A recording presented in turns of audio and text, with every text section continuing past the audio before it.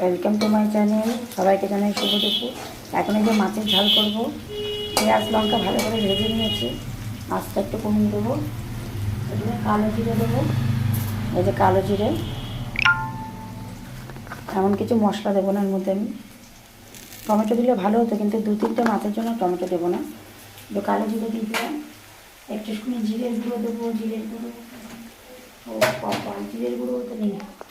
একটু লঙ্কার গুঁড়ো, একটু হলুদের গুঁড়ো দিয়ে দিলাম। জিরের গুঁড়ো একটুখানি দিয়েছি। দিয়ে এটাকে একটা কষিয়ে নেবো। কষানো হয়ে গেলে তেল ছাড়লেই মাছগুলো দিয়ে দেবো। দিয়ে ধনে পাতা দিয়ে দেবো। একটুখানি জল দিয়ে দিয়ে হয়ে যাবে। মাছটা সিদ্ধ হতে লাগবে তো।